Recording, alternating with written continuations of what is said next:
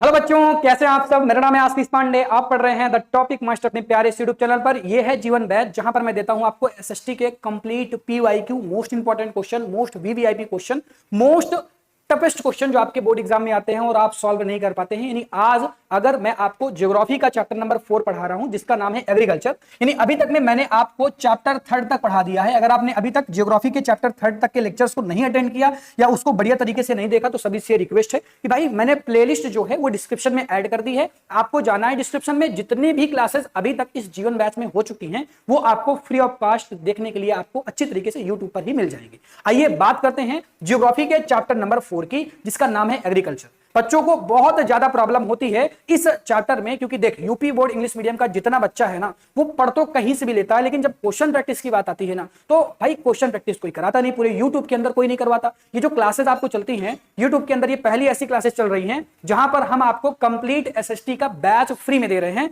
और पूरा का पूरा जीवन बैच जिसका फ्री एक्सेस सभी बच्चों के पास है। बहुत ही बढ़िया तरीके से सारे बच्चे आकर इस बैच को बढ़िया तरीके से अटेंड कर सकते हैं, और कंप्लीट पीवाईक्यू का जो पैकेज हमने दिया है चैप्टर वाइज, वो आप बढ़िया तरीके से पढ़कर समझ सकते हैं। मैं आपको एग्रीकल्चर जो आज इस चैप्टर को मैं पढ़ाने वाला हूं, इसमें मैं आपको कंप्लीट एमसीक्यू क्वेश्चंस करा दूंगा।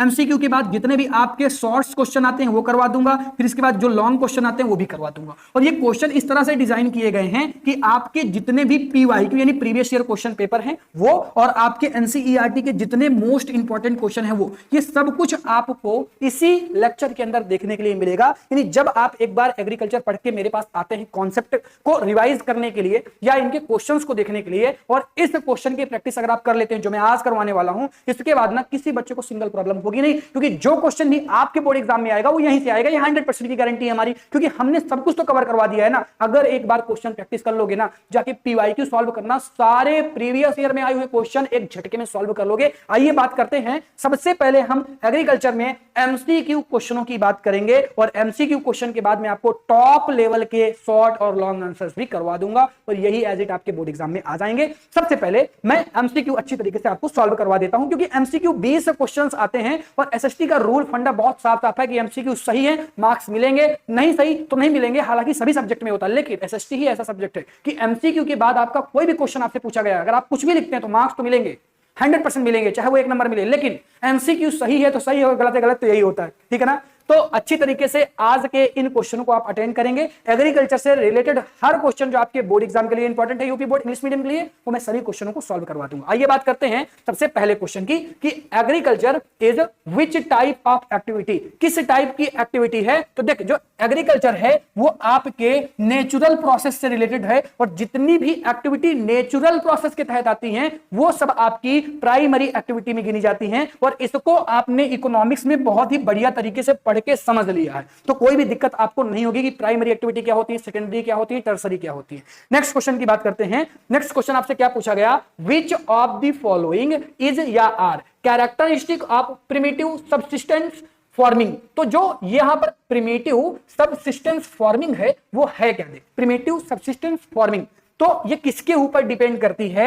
तो अगर आप देखेंगे तो सभी टूल्स जो यहां पर दिए गए हैं, क्योंकि प्रिमिटिव है तो ये सब पर डिपेंड करेगी कि भाई ये रेनफॉल पर भी डिपेंड करती है, ये जो प्रिमिटिव टूल्स होते हैं उस पर भी डिपेंड करती है, ये लैंड्स पर भी डिपेंड करती है, यानी ऑल ऑफ दीज इसका आपका करेक्ट ऑप्शन हो जाएगा। मैं नेक्स्ट क्वेश्चन की तरफ बढ़ना चाहूंगा। नेक्स्ट क्वेश्चन फिर से आपका प्रिमिटिव फार्मिंग से है, तो यहां पर नोट डाल के आपको इस चीज को समझ जाना चाहिए।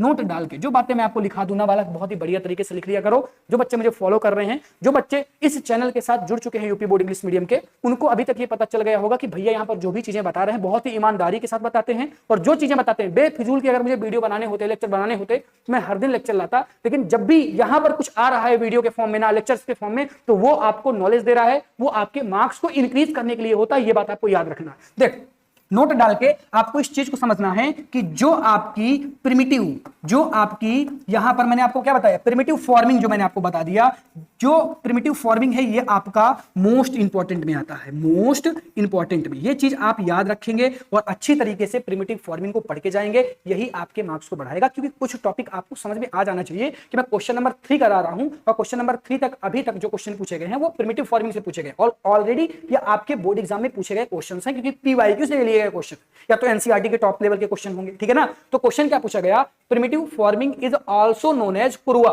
तो भाई ये कुरुआ नाम से कहां पर जानी जाती है? तो अगर आप देखेंगे तो झारखंड के लोग इसे किस नाम से जानते हैं? झारखंड के लोग इसे कुरुआ नाम से जानते हैं। आई होप ये भी आपको आता होगा, क्योंकि ये जो क्वेश्चन है ना, ये जो क्वेश्चन है ये ऐसा नहीं कॉन्सेप्चुअल क्वेश्चन है, ये आपका एनसीईआरटी के डाटा से रिलेटेड क्वेश्चन है। और हर लेक्चर में मैं एक ही चीज कहता हूं बालक कि जितने भी आपके चैप्टर हैं उस चैप्टर में जितने भी डाटा हैं वो आप याद कर लें, क्योंकि डाटा से रिलेटेड क्वेश्चन जैसे एमसीक्यू क्वेश्चन है तो 4 से 5 क्वेश्चन, 6 क्वेश्चन तक, 7 क्वेश्चन तक कई बार चला जाता है, तो केवल डाटा बेसिस क्वेश्चन है। और कई बार अगर कई सेटों में आप देखेंगे ना तो 10+ क्वेश्चन आपके डाटा से रिलेटेड डायरेक्ट पूछे गए हैं। तो ये जो डाटा एनसीईआरटी के होते हैं बहुत इंपॉर्टेंट होते हैं। ये क्वेश्चन मैंने आपको बता दिया। नेक्स्ट क्वेश्चन देखो, नेक्स्ट क्वेश्चन मैं आपको थोड़ा सा बताना चाहूंगा किसके बारे में, ये जो प्रिमिटिव फॉर्मिंग होती है जिसे आप क्या कहते हैं? कुरुआ कहते हैं। अब एक फॉर्मिंग का नाम है जिसे हम क्या कहते हैं? जिसे हम स्लैश एंड बर्न कहते हैं। एक कॉन्सेप्ट मैं आपको यहां पर बताना चाहूंगा, बहुत ही प्यारा सा कॉन्सेप्ट है। और ये जो कॉन्सेप्ट है ना, ये कॉन्सेप्ट आपका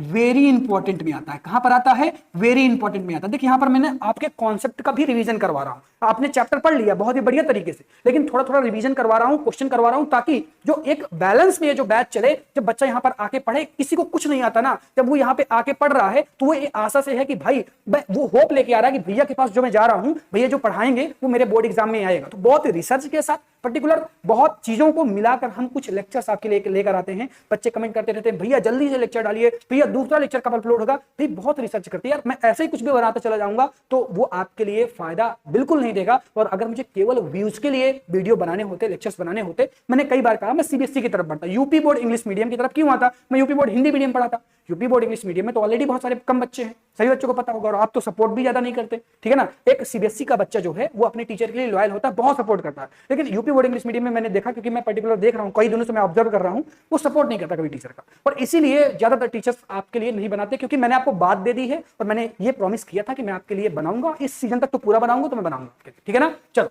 तो भाई जो स्लैश एंड बर्न फार्मिंग होती है किस तरह से की जाती है कि जंगलों में, अब जैसे इनके पास खेती होती नहीं है कुछ व्यक्तियों के पास, तो ये जंगल जाते हैं, तो जंगल का जो सूखा वाला एरिया रहता है ना, वहां के पेड़ पौधों को काटते हैं और वहां पर आग लगा देते हैं। आग लगाने के बाद होता क्या है, जब ये ठंडा माहौल हो जाता है, बारिश वारिश हो जाती है, तो जो आग की राख बचती है ना, तो क्योंकि अब आपने प्लांट्स जलाए हैं तो उस प्लांट्स में बहुत सारे मिनरल्स होंगे, वनस्पतियां होंगी, ये सब राख के फॉर्म में उस मिट्टी की एक परत बना लेता है, ऊपर से एक मिट्टी की परत बन जाती है, और ये एक्चुअल में मिट्टी नहीं होती है, वो राख होती है। फिर वहां पर ये प्लांटेशन करते हैं, प्लांट्स लगाते हैं, और उन प्लांट्स को जो न्यूट्रिशन मिलते हैं वो इसी राख के थ्रू बनते हैं, और इसी को हम क्या कहते हैं? इसी को हम स्लैश एंड बर्न फार्मिंग कहते हैं। ये बहुत इंपॉर्टेंट है, और कुछ डायग्राम्स के थ्रू ये आप कनेक्ट कर पा रहे होंगे किस तरह से स्लैश एंड बर्न फार्मिंग होती है। क्लियर है क्या? आगे बढ़ूं क्या? चलो भाई नेक्स्ट। तो अब देखो क्वेश्चन इससे कैसे पूछे जाएंगे। क्वेश्चन देखो यहां पर पूछा गया, in which one of the following state is slash and burn farming या प्रैक्टिस कर रहा है, जिसे आप जूम एग्रीकल्चर के नाम से भी जानते हैं। तो कौन सा है भाई? इसको हम कहेंगे मिजोरम। देखो मिजोरम के लोग इस पर क्या इस समय क्या कर रहे हैं? इस समय इस पर प्रैक्टिस कर रहे हैं, और ये क्वेश्चन 2023 में पूछा गया है। अगर आपसे पूछा जाए what is slash and burn farming, तो भी आपको एक आंसर आना चाहिए। नेक्स्ट क्वेश्चन की बात करते हैं बालक। नेक्स्ट क्वेश्चन क्या है? नेक्स्ट क्वेश्चन आपका आया, by which name primitive subsistence farming is known in Vietnam. यानी वियतनाम में जो आपकी प्रिमिटिव फार्मिंग है उसे आप किस नाम से जानते हैं? देख, जो आपकी प्रिमिटिव फार्मिंग है ना, इसी को आप क्या कहते हैं? इसी को आप स्लैश एंड बर्न फार्मिंग नहीं कहते हैं, लेकिन वियतनाम के लोग इसे स्लैश और बर्न फार्मिंग के नाम से नहीं जानते। वहां के लोग इसे बोलते हैं रे फार्मिंग। क्या बोलते हैं? रे फार्मिंग। तो आपका ये जो ऑप्शन नंबर ए है वो करेक्ट हो जाएगा। और देख, इसको ना नोट डाल के लिखते चलना, इसको ना बच्चा नोट डाल के लिखते चलना। ये सभी क्वेश्चन इंपॉर्टेंट है, प्रैक्टिस कर लिया करो, और जो क्वेश्चन आपको टफ लगा करेगा ना कि यार इसको लिख लेना चाहिए, तो उसको लिख लिया करो, बात खत्म, ठीक है ना। नेक्स्ट क्वेश्चन की बात करते हैं। नेक्स्ट क्वेश्चन क्या है? In which of the following state is slash and burn agriculture. अब देखो सेम क्वेश्चन आपका बोर्ड एग्जाम में 2022 में भी आया, और इसका आंसर आप सभी बच्चों को पता होगा कि मिजोरम हो जाएगा, क्योंकि मैंने ऑलरेडी इसका आंसर आपको पहले भी बता दिया है। नेक्स्ट क्वेश्चन की बात करते हैं बालक। नेक्स्ट क्वेश्चन क्या पूछा गया? In which of the following state is step farming done. अब ये स्टेप फार्मिंग होती क्या है, और ये इंपॉर्टेंट है, और 2022 में पूछा भी गया है। तो देख, ये जो डायग्राम आपको सामने दिख रहा होगा, अगर आप उत्तराखंड साइड चले जाएंगे तो उत्तराखंड में प्रॉपर समतल जमीन नहीं है, यानी कि एक सरफेस पर जमीन नहीं होती है तो वहां पर लोग क्या करते हैं, पहाड़ों पर खेती करते हैं। तो पहाड़ों को क्रस्ट के फॉर्म में तोड़ देते हैं, एक ये सीढ़ी टाइप का बन जाता है जिसे आप कहते हैं, और इसी सीढ़ी में काफी बड़े बड़े एरिया रहते हैं जहां पर वो फार्मिंग करते हैं। उस फार्मिंग को हम क्या कहते हैं, स्टेप फार्मिंग कहते हैं। और इमेज के थ्रू मैंने आपको ये समझाने की कोशिश की है कि what is step farming, what is step farming. I hope ये इमेज के थ्रू आप इस चीज को ना समझ भी चुके होंगे, ठीक है ना, व्हाट इज स्टेप फार्मिंग। तो आप अच्छी तरीके से इस चीज को इमेज के थ्रू समझ जाइए। और मैंने आपको अभी भी आंसर भी बता दिया कि इसका ऑप्शन क्या हो जाएगा भाई, करेक्ट ऑप्शन क्या हो जाएगा, ऑप्शन नंबर डी। उत्तराखंड में स्टेप फार्मिंग आपको ज्यादा देखने के लिए मिल जाती है। नेक्स्ट क्वेश्चन की बात करते हैं। नेक्स्ट क्वेश्चन है Which among the following is a plantation crop? तो प्लांटेशन क्रॉप आपका 2022 में पूछा गया है। शुगर केन आपका प्लांटेशन क्रॉप के नाम से जाना जाता है। अब मुझे अगर कोई बच्चा बता सकता है कमेंट में तो जल्दी से बताए, what is the means of, what is the mean of plantation crop, ठीक है ना। प्लांटेशन क्रॉप का मीन क्या होता है, एक्चुअल में प्लांटेशन क्रॉप कहते किसको है, ठीक है ना। आप बताएंगे, अगर आपको आता है कमेंट में बताएंगे। Which among the following is kharif crop. तो खरीफ क्रॉप हम किसे कहते हैं, आप सभी बच्चों को पता होगा कि पहला ऑप्शन क्या है, ग्राम है, दूसरा क्या है, कॉटन है, तीसरा क्या है, पैडी है, और चौथा ऑप्शन क्या हो जाएगा, बी एंड सी दोनों करेक्ट हो जाएंगे। अब बताओ इसमें करेक्ट कौन सा ऑप्शन होगा, बी और सी वाला कह रहे हो क्या। हाँ, यहां पर जो पैडी है और जो कॉटन है, यानी आपका कॉटन और पैडी, ये दोनों ऑप्शन करेक्ट है, यानी बी और सी, ऑप्शन नंबर डी आपका फाइनल करेक्ट आंसर हो जाएगा। अच्छी तरीके से पहले पूरे ऑप्शंस को पढ़ लिया करो, देन आगे मूव किया करो। कई बच्चे आगे मूव कर जाते हैं, कॉटन देख लिया भाई, मूव कर गए भाई, कॉटन के नीचे पैडी भी लिखा हुआ उसको भी देख ले, ठीक है ना। चलो नेक्स्ट क्वेश्चन की बात करते हैं। नेक्स्ट क्वेश्चन है आपका, what is the time of sowing rabi crops. तो रूबी क्रॉप्स कब आती हैं, ये जो टाइमिंग से क्वेश्चन आते हैं ना, टाइमिंग भी आपकी इंपॉर्टेंट है। देखो टाइमिंग भी आपकी इंपॉर्टेंट है। टाइमिंग से रिलेटेड क्वेश्चन आपके एग्रीकल्चर में बहुत सारे पूछे जाते हैं। ऑलरेडी ये क्वेश्चन 2023 में पूछा जा चुका है, बट जरूरी नहीं कि सेम क्वेश्चन आएगा। अलग अलग क्रॉप की अलग अलग टाइमिंग होती है, आपको टाइमिंग आनी चाहिए। ये डाटा है एक तरीके का एनसीईआरटी का। तो आपका ऑप्शन नंबर ए, यहां तो अभी ऑप्शन नंबर ए करेक्ट हो जाएगा। बाकी आप सभी क्रॉप्स का डाटा जरूर लिख लेंगे जो मैं यहां पे कह रहा हूं, यानी जितने भी आपकी टाइमिंग है इसको आप डाटा के फॉर्म में नोट जरूर कर लेंगे। अभी से मैं बच्चों को बताया दे रहा हूं, बाद में मत कहना कि सर क्वेश्चन दूसरा आ गया, भैया दूसरा क्वेश्चन आ गया। भाई क्वेश्चन तो दूसरा ही आएगा, लेकिन टाइमिंग से रिलेटेड कोई भी क्वेश्चन आ सकता है। फॉर्मेट मैंने आपको बता दिया। नेक्स्ट क्वेश्चन क्या है, नेक्स्ट क्वेश्चन है which is the crop of, और ये क्वेश्चन आप 20 में पूछा गया है। तो ऐसे क्वेश्चंस भी आपके मोस्ट इंपॉर्टेंट होते हैं इस चैप्टर के लिए, मोस्ट इंपॉर्टेंट हो जाएंगे भाई इस चैप्टर के लिए। तो अभी बताओ कि यहां पर कौन सा ऑप्शन आपका करेक्ट होगा, पैडी या आपका हो जाएगा व्हीट या आपका हो जाएगा ब्लैक ग्राम्स या हो जाएगा कॉटन। तो यहां पर ऑप्शन नंबर बी आपका करेक्ट हो जाएगा। एक बार अच्छी तरीके से देख लो, ऑप्शन नंबर बी यहां पर क्या हो जाएगा आपका करेक्ट हो जाएगा, ठीक है ना। नेक्स्ट क्वेश्चन की हम बात कर लेते हैं बालक। नेक्स्ट क्वेश्चन आपसे क्या पूछा गया है, नेक्स्ट क्वेश्चन पूछा गया है विच one of the following is a Ruby crop. अब देखो यूपी बोर्ड कि आपके मॉडल पेपर में एक क्वेश्चन है, और ये मॉडल पेपर में क्वेश्चन लिया कहां से गया है, एनसीईआरटी से लिया गया है। तो यहां पर कौन सा करेक्ट हो जाएगा, अभी आपने देखा था वहां पर वेट दिया हुआ तो कोई दिक्कत नहीं। अब यहां पर ना ये ब्लैक ग्राम कर दिया था इसलिए गलत हो गया, इसलिए यहां पर ग्राम आपका क्या हो जाएगा, करेक्ट हो जाएगा। Option number C correct option हो जाएगा इसका। नेक्स्ट क्वेश्चन की बात कर लेते हैं। नेक्स्ट क्वेश्चन क्या पूछा गया है, विच one of the following crop is mainly an example of. तो भाई इसका क्या ऑप्शन सही हो जाएगा, देख इससे रिलेटेड क्वेश्चन मैंने कहा था ना इंपॉर्टेंट है। टाइप ऑफ क्रॉप्स होती हैं वो आपको उनकी टाइमिंग आना चाहिए, और वो कौन कौन सी क्रॉप्स होती हैं ये भी आपको पता होना चाहिए। तो इसका जो ऑप्शन नंबर वाटरमेलन आपका ऑप्शन सही हो जाएगा, option number D correct option हो जाएगा। ये डाटा बेसिस क्वेश्चन है यार, इसमें कोई कॉन्सेप्ट नहीं जो मैं आपको समझा सकूं। अगर आपको आता होगा ना, डाटा याद होगा, तो बहुत ही बढ़िया तरीके से आपको अपने आप इसके आंसर आ रहे होंगे। क्लियर है ना। चलो नेक्स्ट क्वेश्चन क्या पूछा गया, विच solid is suitable for T cultivation. तो टी कल्टीवेशन के लिए बताओ कौन सी सॉलिड की नीड रहती है, रेड सॉलिड की एल्वाइल सॉलिड की, या माउंटेन सॉलिड की, या लेटराइट सॉलिड की। बताओ भाई इनमें से कौन सा ऑप्शन सही हो जाएगा। देखो जिन बच्चों को आता है ना उसने भाई टिक कर दिया होगा कि ऑप्शन नंबर डी करेक्ट है भैया। अब जिसको नहीं आता ना, तो इसमें मैं क्या बताऊं यार, तुमने पढ़ा होगा टी कल्टीवेशन, तो वहां पर तुमने पढ़ा होगा कि राइट सॉलिड्स होते हैं वो आपके टी कल्टीवेशन में यूज किए जाते हैं ज्यादा, ठीक है ना। तो जिन्होंने पढ़ा होगा डाटा उनको आता होगा बढ़िया तरीके से। नेक्स्ट क्वेश्चन की बात करते हैं, in India coffee is produced by. India में कॉफी का प्रोडक्शन कहां पे होता है, बता। कर्नाटका में होता है, वेस्ट बंगाल में होता है, असम में होता है, या नागालैंड में होता है। अभी बच्चों को पता है कर्नाटका में कॉफी, जब आप देखते होंगे कई इंस्टाग्राम में रील वगैरह देखते हैं ना कर्नाटका साइड की, तो वहां पर कॉफी का प्रोडक्शन ज्यादा हो रहा होता है। कॉफी वाले प्लांट्स होते हैं जो हरे हरे प्लांट्स दिखते हैं, ड्रोन से शॉट लिए जाते हैं। तो कर्नाटका साइड आपका कॉफी का प्रोडक्शन क्या होता है, इंडिया में ज्यादा होता है। विच of the following is the best solid for cotton cultivation. अब देखिए जो सॉलिड से रिलेटेड है ना, कॉटन कल्टीवेशन, आपका टी कल्टीवेशन और जूट कल्टीवेशन, इस तरह के जो क्वेश्चन है ये भी आपके मोस्ट, ये पैटर्न जो है ना, पैटर्न को पकड़ो बालक, पैटर्न को पकड़ो, ये पैटर्न बहुत इंपॉर्टेंट है। इस पैटर्न से भी रिलेटेड क्वेश्चन आपके बोर्ड एग्जाम में आते हैं। ऑलरेडी इसको मैंने इंपॉर्टेंट की लिस्ट में रखा है और 2022 में पूछा गया क्वेश्चन है। बता इनमें से कौन सा आंसर सही हो जाएगा? विच of the following is the best solid for cotton cultivation. अब इसमें रेड सॉइल होगा, ब्लैक सॉइल होगा, या लेटराइट सॉइल होगा, या एल्यूवियल सॉइल होगा, इनमें से कौन सा ऑप्शन आपका करेक्ट हो जाएगा? तो अभी बच्चों को पता होगा ना, कॉटन का जो बेस्ट सॉइल है वो आप किस सॉइल को मानते हैं भाई? ब्लैक को मानते हैं। किसको मानते हैं? ब्लैक सॉइल को मानते हैं। तो आपका ऑप्शन नंबर सी क्या हो जाएगा बालक?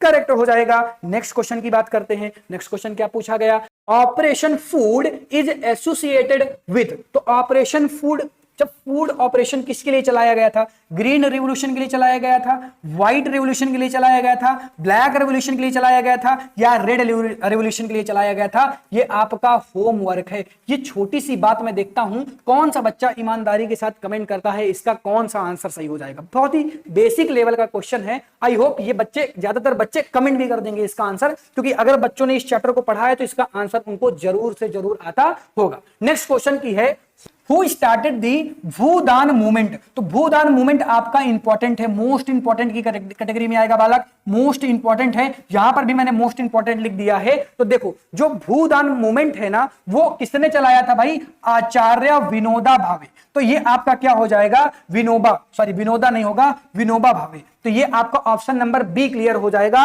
अप्रैल 1951 में इन्होंने क्या किया था? इसको चलाया। देन हम नेक्स्ट क्वेश्चन की तरफ जाना चाहेंगे। अब हमने अभी तक एमसीक्यू, जितने भी आपके मोस्ट इंपॉर्टेंट एमसीक्यू हैं उन्हें हमने सॉल्व कर लिया। अब हम बढ़ने वाले हैं जो आपके शॉर्ट टाइप के क्वेश्चन आते हैं या जो आपके लॉन्ग टाइप के क्वेश्चन पूछे जाते हैं। वो जो मोस्ट इंपॉर्टेंट क्वेश्चन जो आपके बोर्ड एग्जाम में आएंगे, लगभग मैं 90% की गारंटी लेता हूं जो क्वेश्चन आएगा वो यहीं से आएगा। मैं हर बच्चे को कहता हूं कि पहले जो मैं बता रहा हूं उसको पढ़ लो, अगर समय है तो और भी पढ़ो, बट पहले जो मैं बता रहा हूं वो मोस्ट इंपॉर्टेंट है आपके बोर्ड एग्जाम के लिए। अगर अभी तक आपने इनको तैयार नहीं किया तो पहले जाकर इसे तैयार कर, बाद में फिर दूसरा क्वेश्चन तैयार करना। देन चलो बात करते हैं पहले क्वेश्चन की। भाई देख क्वेश्चन क्या पूछा गया, सही बच्चे ध्यान से समझ लें और अच्छी तरीके से इन चीजों को सीख लें कि कौन सा क्वेश्चन इंपॉर्टेंट है। देखो पहला क्वेश्चन है, right any 3 features of India agriculture, और ये आपका मोस्ट इंपॉर्टेंट की लिस्ट में आता है। ये आपका क्वेश्चन, ये आपका क्वेश्चन एक हो गया।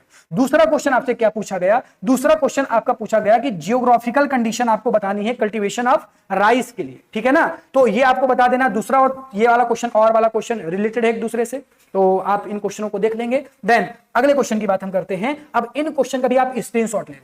देखो यहां पर जियोग्राफिकल कंडीशन बतानी है for cultivation of sugarcane, यानी जो जियोग्राफिकल कंडीशन है ना, जो जियोग्राफिकल कंडीशन है ये आपका मोस्ट इंपॉर्टेंट है। जियोग्राफिकल कंडीशन आपका मोस्ट इंपॉर्टेंट की लिस्ट में रहेगा। इसको अच्छी तरीके से एक बार देख के जाना। बाकी आप क्वेश्चनों का स्क्रीनशॉट ले सकते हैं। जो क्वेश्चन आपके लिए इंपॉर्टेंट है मैंने आपको बढ़िया तरीके से बता दिए। इन क्वेश्चन का आप स्क्रीनशॉट लें और बढ़िया तरीके से आंसर को राइट करें। जितना बढ़िया तरीके से आप आंसर्स को लिखेंगे उतने ही अच्छे मार्क्स आपको आपके एग्जामिनर द्वारा दिया जाएगा। आई होप ये जो एग्रीकल्चर था इसके मोस्ट इंपॉर्टेंट क्वेश्चन को आप समझ चुके होंगे। बढ़िया तरीके से आप प्रैक्टिस कर लेंगे और मैं ये आशा करता हूं बच्चा कि कोई भी बालक जो यहां से पढ़ रहा है ना, अगर उसने एग्रीकल्चर के मोस्ट इंपॉर्टेंट क्वेश्चन देख लिए तो आपके बोर्ड एग्जाम में लगभग 90% चांसेस है कि क्वेश्चन आपके यहीं से आएंगे। तो इस तरह से ये जीवन बैच के अंदर लगभग 50% एसएसटी हमने अभी तक खत्म कर दी है। इसका डिस्क्रिप्शन का जो लिंक है, जो इसका लिंक है मैंने डिस्क्रिप्शन में प्रोवाइड करा दिया है। जाके भाई डिस्क्रिप्शन में देख लेना। कंप्लीट जीवन बैच की जितनी अभी तक क्लासेस हो चुकी हैं आपको डिस्क्रिप्शन में जो प्लेलिस्ट है वहां पर देखने के लिए मिल जाएगा। Thank you so much for watching. मिलता हूं जल्द ही एक नए चैप्टर के साथ, एक नए लेक्चर के साथ। Thank you, tata, bye bye बच्चों, बाय।